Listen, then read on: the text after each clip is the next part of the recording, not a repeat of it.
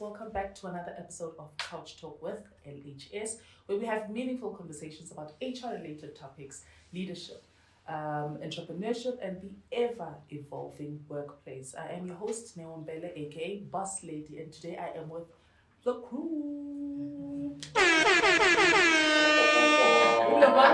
Clock it! Hello, everyone. How are you? We good now. And Right. how are you? It's been a hectic week. I'm not gonna lie. I'm doing good, but it's been a hectic week. So just as introductions, just to formalize things, I am with Sisink and Sani Maluleke, and I'm also sitting with Bridget Mutinsi and our ghost gentleman, Mr. Herman Mabelebele.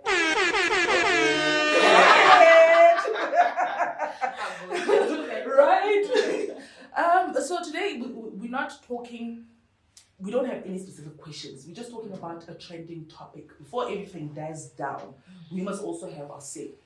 I think the most important thing that we just need to notice that we're not going to get into the topic of the company itself, but we just want to talk around the areas, the specific areas relating to what had happened. So we're talking about the car track issue that sparked a whole lot of conversation. On social media, people are talking about it. So we just thought, let's just address certain things because there's a balance between what had happened, right? So maybe if we just start off, this car track issue that had happened in terms of sick leave, employee being denied sick leave, we don't have all the facts, we're not going to be talking about that. But maybe from my side, I just want to understand, yes, it happened. It happened at the workplace. At which point do we say, something is right or something is not right, specifically relating to leave?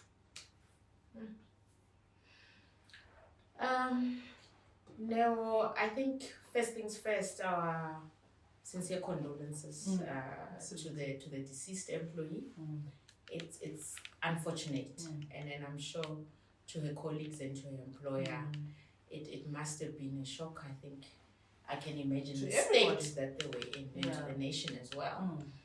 And without obviously delving into the merits, which we do not know, because it's still a subject of investigation. However, what rings very loud is the fact that the issue of leave is a very topical issue. Absolutely. It's very contentious, particularly sick leave, because when do we really draw the line as to this is legitimate, it's warranted, it's justified, sick leave, and when is it abused? Because you do have instances where employees genuinely and seriously do abuse sick leave. Absolutely. And I would imagine that that's where the balance issue comes in. And previously, we spoke about policies, we spoke about procedures, because that's what gives us the guideline as to when do you draw the line. But because there's an emotional aspect, which is sickness, which sometimes it's obviously evident, sometimes it's not really evident and naked to the eye. When do we really draw that line? And I'm sure my colleague here, Bridget, was very passionate last time about policies. Oh no, she is. That's what we And our ghost gentleman was also very, very pertinent in reminding us that we've got to follow these policies and procedures and bring evidence. I'm sure they will come in and say, yes, it is an emotive issue. But let's not forget, this is a workplace, and we have got to set precedents in terms of how we do things. Bridget, remind us about policies and the importance of policies where sick leave is involved. Before Bridget comes in with the policies, because I mean that's very important, and that's what governs how we operate within a specific area in the organization. But going back to what you say, with any relationship, trust plays a vital role, right? As much as you've got a specific entitlement on sick leave, we have to have a trust relationship, because like you said, there's certain people that abuse sick leave, right? And certain sicknesses you wouldn't see with the naked eye. It's how I feel. But now that balance, policy is not going to dictate that. Policy is just going to give us the guideline in terms of how we operate, but the trust that is built between the employer and the employee is very important in that regard. Okay. Thank you so much for the opportunity. I think on my end, looking at the situation, I think like you said, we don't have merits to the case. So obviously we can't specifically base into what transpired or what happened. We just speak in terms of the legalities, the policies, what we know just in basic. So I think maybe to start, we would say that sick leave, every employee is entitled to sick leave. So that means when that was crafted into the basic conditions of Employment Act, they had in mind that an employee would fall sick and will actually need to actually make use of that. But the issue comes when you also brought in terms of abuse of sick leave, when we also draw the line and all those things. Because it's a workplace, obviously there are dynamics in terms of probably she would have been abusing sick leave or perhaps whatever the case is. But it's also important as well as, I would say, both employees as well as employers to know their rights. Because if you feel that you are sick, you have to know the procedure to your sick leave. You need to know your right to your sick leave and inform your manager. Because at a point where I would have, making an example to say, at a point where she felt that unfortunately my sick leave is denied or I'm denied to go home, but I feel a certain way, she would have then left the premises or the business and go and seek medical attention. Because at the end of the day, it's about health. Into that aspect. Going back to policies, I think it's also important as well as I would put just in specific, maybe HR people within the organization to ensure that policies are not only on paper, they are not only on black and white. It is practiced within the organization. Hold trainings within your employees. Just go through. It can be monthly. But make them aware in terms of what is the company stance when it comes to sick leave? What is the company stance when it comes to 1, 2, 3, and 5? So that knowledge is impacted. Everyone is aware, both managers as well as employees. Because I believe knowledge should also be impacted to managers as well. Because not all managers are equipped to be managers. And also employees are also need to be equipped so that they know where to draw the line to protect their health. Because no policy at any given time can supersede a health of an individual. Of course. Because at the end, we might have policies in place, but we're not medical practitioners. Of course. We're unable to determine whether you seek to what extent. What I can say is, perhaps can you provide me with the medical certificate when you come back as a procedure in a case where I've determined that perhaps there is a pattern or there is trust that has been broken between the employer and the employee. Exactly. That's where the consultations come in. I think that's why I'm also stressing the issue of trust, because I usually say I'm going to trust you until you show me not to trust you, right?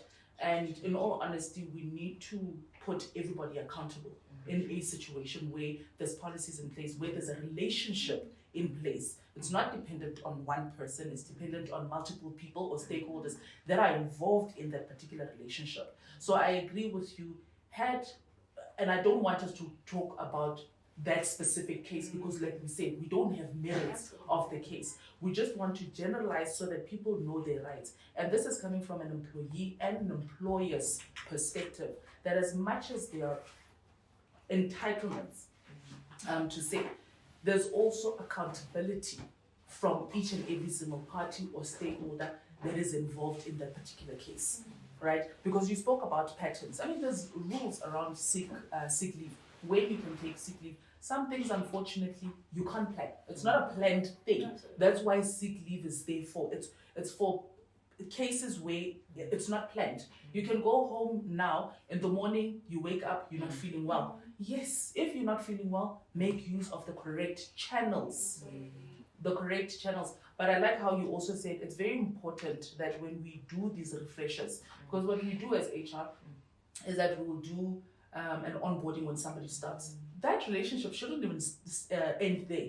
Like you said, let it be a monthly thing. It can be in a form just to increase employee engagement, in a form of emails, in a form of anything that at least have those employees understand. Don't hide the information, let them know, so that if somebody does wrong, at least they are aware of what they have done in that particular instance. Yeah.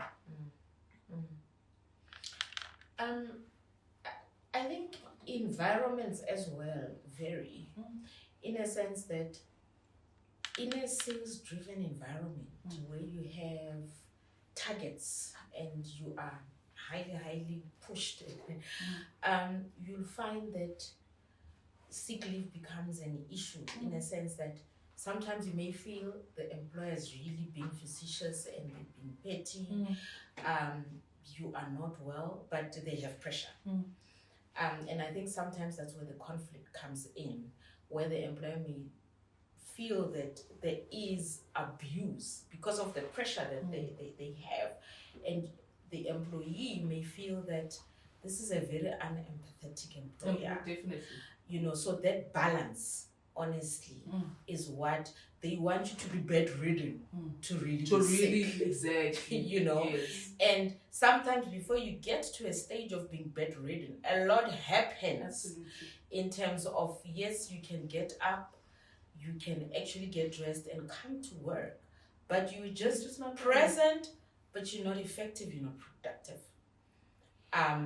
And that's where the balance really is. And in a call center environment, sales environment, where you have sort of monthly targets which you have to meet, I think it becomes such a difficult balance to say, is there abuse of sick leave? This person is now malingering illness. Are they sick for real? The poor employee has to justify pretty much beyond a reasonable doubt that I am really sick. And can I tell you that, maybe just to add on that, it's not only those particular environments, and I know you're talking specifically on highly pressurized environments. It's just in a case whereby sometimes managers also don't know. Or like you said, some managers are just being facetious. They just don't want to, it's Gcina. But she's always been abusing. But when you look at the leave records, it says otherwise. It proves otherwise. So it's very important that we go back to the drawing board.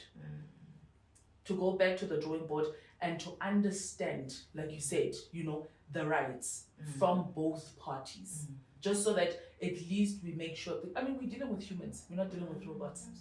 We're dealing with humans. Like I said, you can be okay now. 5 minutes down the line, something changes. I mean, I can't go back and say, but you're okay now. Something you are a human being.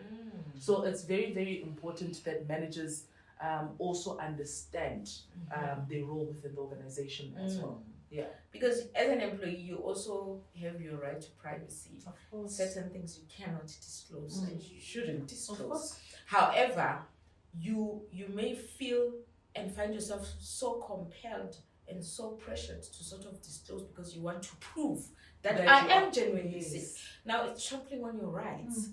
So that balance again, and again, it's based on trust. If I say I am not well, I trust my manager to see it as well, that I am not well.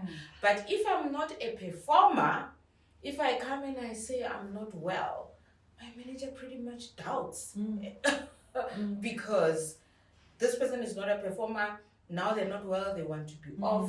It's now construed to mean something completely different. Yes. Now it's that balance again. And does it mean when I'm not well, I have to constantly go to the doctor? Possibly I don't even have medical aid. I don't even have the means. It's such a difficult balance all the time. Yeah. You wanted to say something before I come in? Or before I ghost say something. No, I just wanted to bring a factor of when you talk about sick leave, a factor that employees are entitled to 30 days sick leave. One area that I've got to come across or experience is if they're working, if they're working the Monday to Friday. Yes, if they're working Monday to Friday, and obviously if they've been with the employer for a certain period, they have the 30 days in place. But you find that managers, I think it comes, I'll go back to my point in terms of training and also making everyone aware, knowledge impact, where you find that one would say an employee is entitled for 10 days in a year.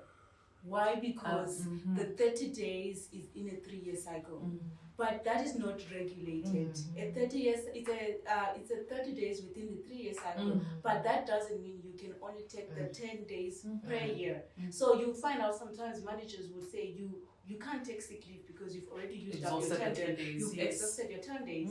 So I think that's also another aspect that is very important, so that managers also are aware, employees are also aware that the 30 days, it's not regulated to say you can only take this per year or you can only take however. It's a no-fault basis where you are sick and then at that particular time, you then have to make use of it. I think that's where it's so important for HR to be present, to be seen, because we are the ones that educate all the parties, all the stakeholders. We need to tell them, because yes, law can be interpreted in different ways. People, if you don't know, you don't know. You're correct in saying that, because we've had instances whereby a client would say, no, it's 10 days per year, but it's not stipulated anyway. That's why when we do induction at times, I would specifically inform employees that take it as insurance. It's not a case of you have to take it because you've got the 30 days. Imagine if you take all your 30 days in the first year, just because you can, and you can produce documentation because your doctor can see you've got medical aid, they can give you a doctor's note. Year 2, now something happens, you don't have sick leave. What happens then in that particular case? So it is quite important that they understand or they interpret the law correctly. Can I go back to you, Oscar, just in terms of what you were talking about, the privacy and not infringing in people's medical records and things like that. There's something that we just need to maybe get clarity on in terms of the rights of the employer, can be to either one of you. In a case whereby we've got a sick leave, or as we suspect abuse of sick leave, and the verification that the employer can do with the medical practitioner, where and how do we then draw the line? Because some people would say, if I'm calling, for example, I'm calling into a doctor just to check the validity of the sick note. Am I infringing? Or because I'm not asking what's wrong with you. I just want to check if you were Absolutely. at the hospital or at the doctor's offices. Just confirm. You have to confirm it's our Confirming the responsibility contents of what is there on in front paper. of you. Yes. Absolutely, and you have every right as an employer As an to employer. do exactly Yeah. that. I mean, if sick leave is pretty much perpetual, the employer also has a right to actually subject the employee to an incapacity inquiry, where they can actually test these things in a formal setting, which is regulated. So sometimes I find that the employer forgets that there is recourse in their favor, which is a formal process for them, which they can subject the employee through, where they can verify some of the, in fact, not even what's on paper, the level of detail that they may need to satisfy themselves, because eventually they can then let the employer off, pretty much dismiss them on incapacity due to ill health. Yes. You know, which is a no fault. This person is ill and they're incapacitated. It's as simple as that. It does not necessarily have to be a subject of you are wrong, I am right. It is a situation which is unplanned, and there's a recourse for that, which is, I suppose, it's an aspect in the Labour Relations Act that employers don't really explore. Perhaps for lack of knowledge, or they find it tedious. Yeah. I think on both, specifically if an employer does not have an HR department, I'd rather not do all of these things because HR takes time. It is tedious. It is tedious because, I mean, it's you searching for the information, you contacting the doctor, they're not available, now you're speaking to this, you have to follow up. It is tedious. And some other employers, in all honesty, like you said, it's lack of knowledge. They don't know what their rights are, where they can start and where they stop. Which is very critical. So the education behind it is really critical. In that aspect. Absolutely. Yeah. Okay. And then just one thing, did you want to say something? No, I think you have pretty much covered everything. So my little two cents is this.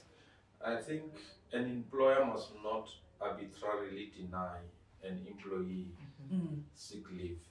You know, if we were to go to the context of the facts that you have put before us, although we do not have the full details, but we can sort of at least come to certain conclusions of facts to say, I mean, you spoke about a pattern of an employee being consistently sick. I mean, as an employer, you must know that. She might be lying, but at least you know some fact that this one is always falling sick. Yes. So when that time comes, she falls sick again at work. At least give him or her that indulgence to go and consult and bring the necessary proof, because you have the history that this one is always falling sick. And then when they come back to work, as an employer, you have procedures that are available to you, policies to say, where do we go? Because this person is always falling sick. Let us rather subject him or her to an ill health inquiry, because an ill health inquiry allows you to check what is the nature and extent of this person's illness, what is the duration, and what alternative remedies are there. Can we accommodate him or her elsewhere owing to this illness, or do we let him or her go because of this illness and we can't accommodate can I also just check in while you were still on that point, right? It's good that employers should indulge. Yes. Because you can never tell. Yeah. Like Hansani said, you can never tell because some things are not necessarily visible, right? But can the doctors also assist? Because the fact that an employee's got medical aid, yes, I understand it's business on their side. And I'm not saying it's all doctors. I understand it's business on their side. but the indulgence from their part, where an employee can tell you, I need 4 days. From their responsibilities, can they also just draw the line? Because those things, you get situations whereby now employers are not trusting the employees, because we already know that you're going to go to a doctor, you'll bring me a doctor's note. And the validity, even if as HR you check in, the doctor's already put it there. They have no reason to say, no, I didn't, because it's there already. Yes, well, 100%. Look, if you are doubtful of a medical certificate submitted by a medical practitioner, and you believe that there's malfeasance on the part of the employee, then you can subject him or her to the disciplinary hearing or to ill health, so that all those things, all your doubts can be ventilated. And then in terms of the procedures that are in place, you can call the doctor to come and testify. You can subject the employee to your own assessment by a medical doctor. Selected by the employer. Yes. Provided she consents, unless it's incorporated into his or her employment contract. Then that is a given. Yeah. You see. Yeah. But everything is just about procedure, it's about substance. We must just remove emotions to it. You know, it's like you dealing with, your boy or your child is naughty, but we have certain ground rules. If you do this, this is what will going to your punishment. Yes. So employees need to know that if you are trying to play some dirty tricks here, then this is the procedure that we are going to follow, unfortunately, and you'll have to comply. Because I mean, we are not doctors. As a supervisor, from the grapevine, I heard that the supervisor is the one that who denied sick leave to this lady, to the extent that she went to pass on in a toilet cubicle. Can you imagine? So that's how sad the situation was. But had he been compassionate to say, look, I know that you have the propensity of falling sick every now and then. I will indulge you. But know that when you come back, we're going to have to subject you to a certain process, because this is too much. I mean, Kenzani spoke about employers reaching targets and all those things. Those are things that you disclose to say, you are part of this team, I'm the supervisor, and because of your constant illnesses, you are not helping the team to reach its target. So unfortunately, we are going to subject you to an HR process. We can't proceed like this. HR has to investigate, and it has those powers to investigate, and then that's how you close the matter. There's no need to be inhumane about it. About the So situation. from the little that I gather, it can be attributed to lack of training, and knowledge. Like Bridget said, and knowledge. But if you look at the structure of that organization that you are talking about, it's quite huge. Yes. So training should not be an issue. They have money. I mean, exactly. No, I assume I assume that they are rich. But that's what I was saying, that sometimes as HR, and I'm going to count because I'm HR, we sometimes take for granted the fact that we've done induction, everything is already well taken care of. Whereas again, I'm gonna go back, we are dealing with humans. People forget, right? I mean, sometimes we've got a 160-something page document. Our employees are not going to read through that page. The fine line. They're not going to read through the fine line. So it's our responsibility to go back and equip them with information, to remind them of the rules, to ensure that and even with the managers, it's very critical that we're not excluding the managers from all of this process, because there has to be a line with understanding that you are dealing with a human. And I'm going to go back to your point with regards to the high pressurized environment. If there is a pattern, yes, something can be done. But you can't just say you can't go on sick leave because we're dealing in a high pressurized environment. There's targets that need to be met. So I think there has to be a specific balance between Yeah, just the last one. When Bridget said you find that the employee has exhausted his or her sick leave cycle or leave days for the particular year, sick leave for the particular year. You inform the employee, simple. Yes. You have exhausted your sick leave, then and then it's unpaid leave. You must know that it's going to be unpaid. Or normal leave before. Or Yes, before leave normal it's going to be leave, annual leave. whatever. Yes. Those processes to Depending on the explain. Say, with processes, this one, yes. sick leave, you have Yeah. exhausted. You have normal days, you are also exhausting them. Just know that should you fall sick, we won't indulge you any further. Exactly. It will be unpaid. Exactly. So you must know that is the consequences that you must live with going forward. Absolutely. You I know? think communication becomes key.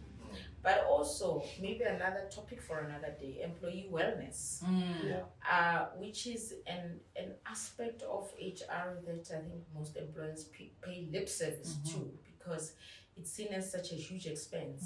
But it becomes so important and so pertinent to pay attention to, because during wellness, because most employers would have employee wellness day, this is where you bring refreshers and you remind employees, you remind the employer as HR that these are your rights, this is what you can do, or these are the patterns that we've observed. You know, the surveys that are conducted in preparation for wellness and those type of things. It's just to have because if you think about it, we spend most of our times at work. Of course. So it must Of be, course. no matter how tedious, no matter how pressurizing, no matter how annoying it can be, we've got to make it a pleasure to be at work. The minute it's no longer a pleasure, then there's a problem.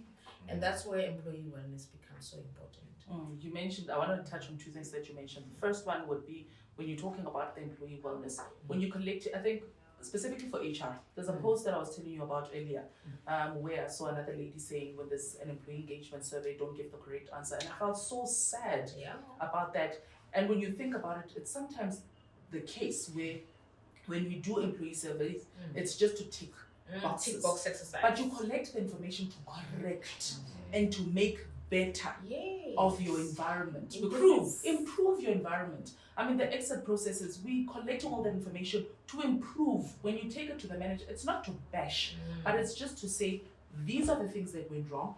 This is how we need to go about, just so that we can fix, because we want to retain our staff members. On the second part of communication, I want to touch on that because, again, I think I always, with all the employees or people that have dealt with me, I play devil's advocate. Let's not look at one side in isolation. Let's look at the whole situation holistically, right? Where we are saying there are processes in place. If an employee is sick, follow the right channels. Verify or inform your manager. If you are booked off, people don't just go AWOL. Don't just disappear. And because you have informed, now you are quiet. You will only submit. I mean, there's still things that are happening. People are worried about you. You had said you were sick. Where are you? Are you okay? Now then the claim would be, I'm working for a toxic employer that doesn't care about me. So I think it's very important that as much as, yes, we are expecting a sick note when you come back, but at least just conclude the conversation. You've been to the doctor, here's a sick note. It can be a screenshot. We now have smartphones. Send a screenshot, just close it off so that at least your manager doesn't constantly check on you. Where are you? Or I have need expectations. And have expectations. Because much as you're sick, your responsibilities don't cease. They don't. We need to have a plan. It's not insensitive, it's just the reality. So that the situation is adequately managed. At least be, as an employee, communicate to your manager. Obviously, there are things you can't disclose because it's confidential and it's fully understood. Absolutely. But better communication would resolve a lot of issues. I think that's very important. Two things that I'm going to pick up on what we discussed is having a guideline is not going to be effective if it's not implemented. You can have as many policies as you can within the Absolutely. organization. If practice, culture, and there's nothing that's happening, you're just as good as an organization that doesn't And have anything. consistency. Consistency is key. Consistency is key. And not forgetting that we are dealing with humans. I think that's very important, that we need to give, like you said, indulge the person. Yeah. But in indulging, let's make sure that the process is followed correctly. Okay, I want to touch on the things that you've mentioned, wellness as well as communication.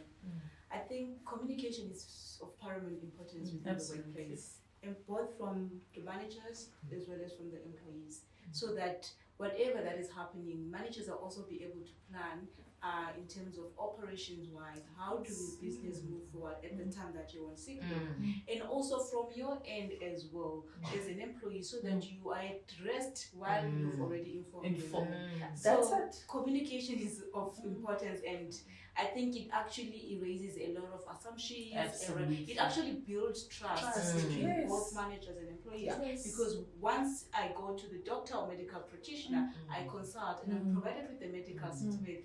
Immediately while I'm there, because remember at that point I'm not feeling well. Yes. Remember at that point I'm weak. But at that particular moment, so that I don't forget, Yes. I just take a screenshot, like you've said, Send send it to it. the manager. That's it. Then the manager will then Yes. take over from there to know, okay, Bridget won't be at work for the coming 3 days, then how What do is I the plan plan? Yes. operationally? Yeah. So I think one of that is the important sorry, as Bridget. well. I think I'm very passionate about this. I am so sorry, but I think that's very key, just so that employees must also understand. I mean, we are also employees at some point when we deal with our clients as well.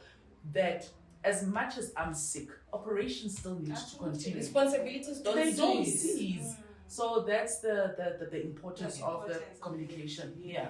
Yeah. And then the second point being wellness. I know you said it's a topic of another day, definitely, because it's very broad and Absolutely. it touches a lot of Yeah. things. But I also believe when we touch wellness, we're speaking of work-life balance. And also sick leave is part of that. How do we balance that?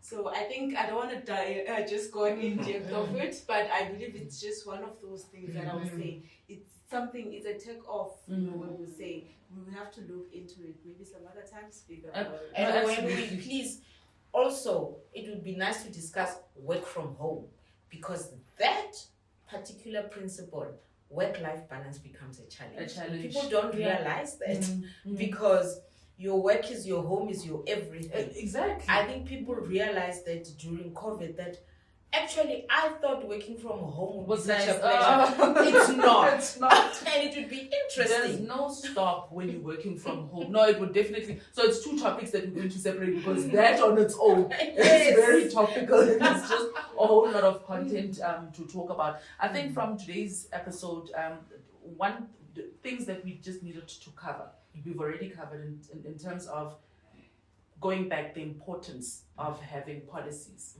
guidelines, because they will help with consistency.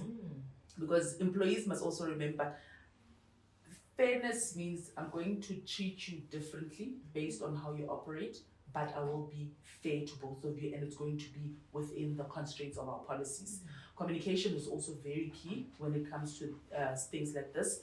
Education, I think from an HR perspective, all our HR people must also remember that we've got a critical role. We are a strategic partner. I usually say that gone are those days where HR is seen as a back office, where we just paperwork, paper You're a stakeholder. We're a key stakeholder, because most companies are dealing with the humans. So it's very important that we don't lose ourselves, that we don't forget to educate our employees. Us being there, don't hide the information. Tell them about the information. It's their right. They have to take sick leave when they are sick. All right.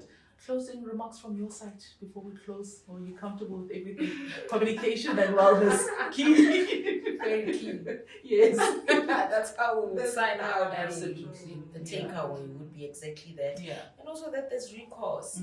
If our ghost gentleman, just going back to what he said, I mean, this thing is actually a process without antagonizing the employee, or also end up as an employer feeling like you have a liability in this employee. Yes. Just follow the process. There's recourse, and this issue can be seamlessly dealt with.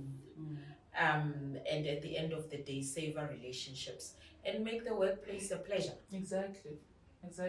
Well, thank you very much. Any closing remarks on your side, those gentlemen? On the wellness part, I think employees also need to take their wellness seriously, Absolutely. especially when they are attending these seminars and Yes. training. They must not just go there for muffins or finger Just- lunch That's true. and, That's true. and play black mampatile. They need to show that we are committed into this thing. Absolutely. We And want ask to be- questions. And ask questions. Be We want involved. to Be involved. be, yeah, we want to be part of a harmonious working relationship. But all you get is just employees there, Just doing Just- it to Yeah. appease. just doing it to appease the process, and then the next thing, such incidents, okay, you know. Yeah, so that's my 2 cents there. No, absolutely. I agree with it. That's why I don't want to touch a lot more on the wellness because I've got so much to say. Because I mean, these days they're still seen as taboo. You don't want to because Bridget is looking at me. I don't, it's things like that. So it would be a topic for another day, absolutely. But thank you very much. I think we've covered what we needed to cover. So if you've got a story to tell, please get in contact with us on marketing@dhladhlahr.co.za. And I think the key takeaway from here is that a relationship is built on trust and communication. Make sure that you get your house in order. The employers must know their rights as well as employees knowing their rights as well. So from our side, I always say you don't have to take everything from the podcast. However, at least take one thing with you. Until the next episode, bye. Toodles. Bye.